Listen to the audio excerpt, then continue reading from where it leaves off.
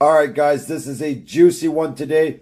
You have to help get this out there so everybody knows what's going on.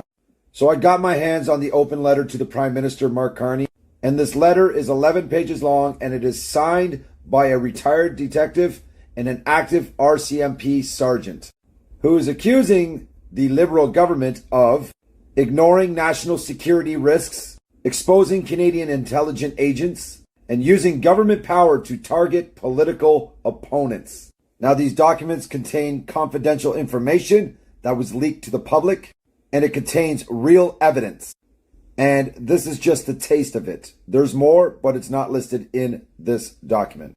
Now, some of the things that they mentioned is that CSIS messed up during the Men Wanzhou and Tu Michael crisis, which charges were laid against this Men Wanzhou girl. She ended up going back to China, and then China retaliated with the two Michaels, and eventually they were let loose and then came and returned back to Canada. But Trudeau didn't say anything about what happened. He kept it all silent and made China look really bad in the sense that they just kidnapped them and that was it. Like everybody, I even thought that they got kidnapped, but there's a whole story behind it. And these documents tell you the whole story. Another thing that they talk about is they gave bad intel to the RCMP, which started a wrong investigation. It also talks about the investigation tried to link Conservative Party members to Chinese interference without proof. These documents were made public without redaction, exposing Canadians involved in covert operations in China, putting them at risk. Shame on you, Liberal government. Now, here are the documents, just in case to cover my ass, because this is confidential. You can literally go and read all the confidential information. It is made public, but I just blanked it out just in case. But these are the documents, 3 out of the 11 pages. The rest has all the evidence you can read. It was very hard to find. Google search didn't want to bring it up. ChatGPT 4 didn't even want to bring it up. It couldn't even find it, but I got my hands on it. I've got the PDF. I found the website, and I've got the information. Now, this is the active RCMP sergeant that is sending the letter to the Prime Minister. This is his LinkedIn page. And this guy has got a long record of experience. He's not just some random cop. He was part of the Operations NCO Central Region Federal Protective Policing, co-founder and vice president of the National Police Federation. And for 22 years and 4 months, he was an RCMP in a lot of stuff like VIP Security Section, Operations NCO as sergeant. And if you click on more, it literally, you can pause to read this guy's got a heavy resume. So before anybody out there says, oh, this isn't believable, this is fake news. No, this is serious, and this is going to hit the mainstream. It was literally just released like 3-4 hours ago today. As you can see, he actually worked for the Federal Policing Operations for 18 years, the VIP Security Section for 3 years, Investigator, Supervisor for Border Integrity Branch, National Security Intelligence, Integrated National Security Threat Assessment, In-Flight Protective Officer, Air Marshal, General Duty Constable for Contract Policing, also a Senior Account Manager, Sales and Marketing Services, and he was part of the military for 4 years. Good on you, Sergeant. Good on you. Let's just hope you're doing all the right things right now and not just exposing them 9, but exposing the others as well, because there's many more that we already know about. The retired cop is actually Paul McNarama. Sorry if I said that wrong, but he did get the Police Exemplary Service Medal. He is now retired. He was a detective.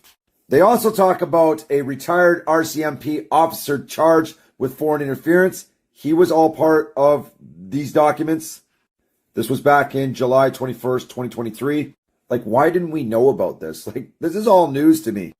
Now, this RCMP, which is filing these papers and sending them to the Prime Minister, he actually was in the middle of a court case that he won for harassment. He ended up getting a payout of, I think, of $140,000, which you can read here.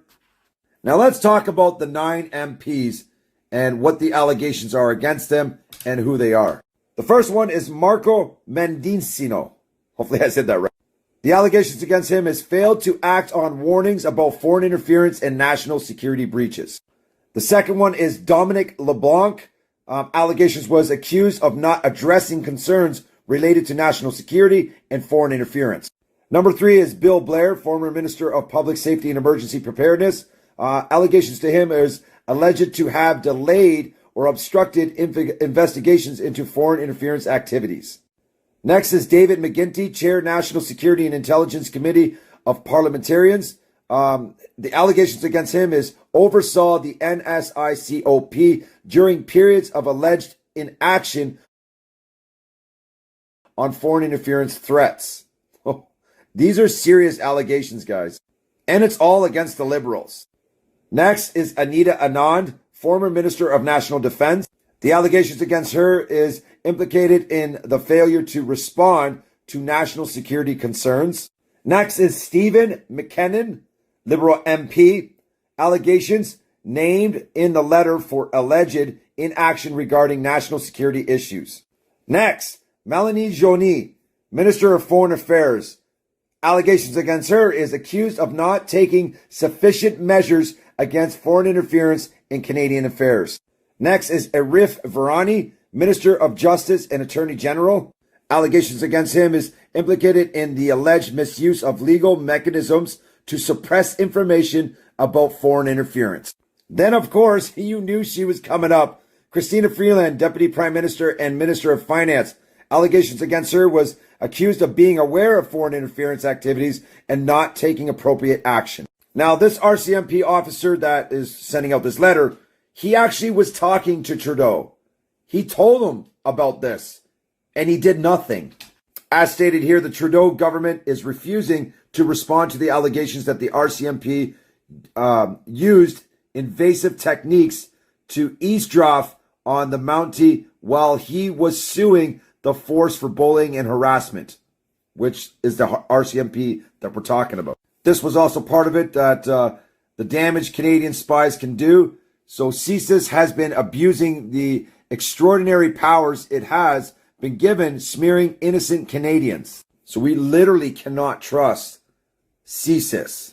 No wonder with this entire Foreign Interference Commission, the 7 reports that I did a report on, and all the information I released on my Twitter X, all of that is coming to light, but only between us. Like, CSIS did nothing, Trudeau did nothing, the Liberal government did nothing, even Mark Carney coming up and getting a security check. Why hasn't he stepped forward and did anything about this? Why did he not clean his cabinet up?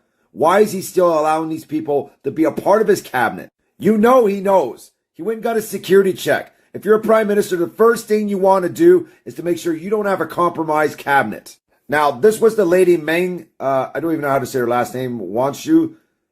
She was the one that was charged here and then released, went back to China, and that's when the 2 Michaels whole thing happened, was because of her. China was retaliating.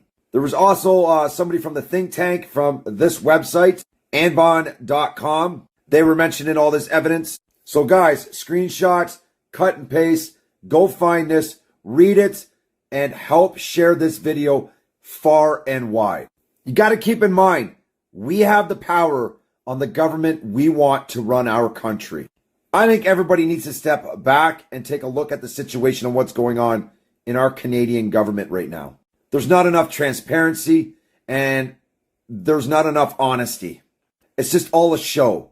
I mean, they go out there, they act, they pretend they're doing good things. Elections come around and then they're super nice. They want to offer all these deals, but they never follow through. And then this stuff shows up. Not to mention the other MPs like Chandra with his son going to India and working for Brookfield, and Chandra going there without telling the government. Paul Chan, in communications with the Chinese communists and trying to get people to collect a bounty on his opponent's head. Then there was Hong Dong that was in the reports. Guys, there is so many liberals that are corrupt. It's unbelievable. Step back, take a look, and you will see the facts. Make sure you share this. And as always, let me know what you think in the comment section.